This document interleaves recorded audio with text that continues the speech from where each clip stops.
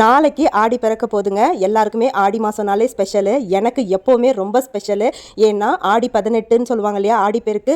அன்னைக்கு தான் நான் பிறந்தேன். அது மட்டும் இல்லை, நான் பிறக்கும் போது ஆடி கிருத்திகையும் கூட. ஸோ ஆடி எப்போவுமே எனக்கு ஒரு ஸ்பெஷல் தான். ஆடி முதல் நாள் அம்மனோட ஃப்ரேமை சென்டரில் எடுத்து வச்சு வழிபட ஆரம்பிப்போம். இந்த வாட்டி ஸ்பெஷலாக நான் அம்மன் சிலை வாங்கியிருக்கேங்க. ஆமாம், மதுரை மீனாட்சி அம்மனே நம்ம வீட்டுக்கு வந்திருக்காங்க. நாளைக்கு ஆடி முதல் நாள் அதுவுமா அம்மன் ஃப்ரேமை வைக்க போகிறேன். ஸோ நாளைக்கு பூஜை பண்ணும்போது அந்த சர்ப்ரைஸை நீங்கள் பார்ப்பீங்க.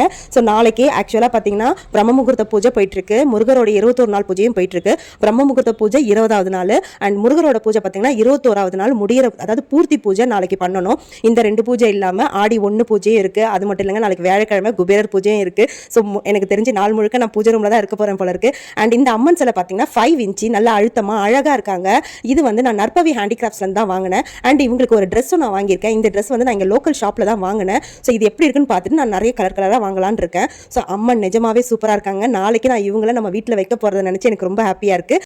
ஆடி பூஜையோட ரீலு கண்டிப்பாக நாளைக்கு நான் போடுவேன். கண்டிப்பாக நீங்கள் பாருங்கள்.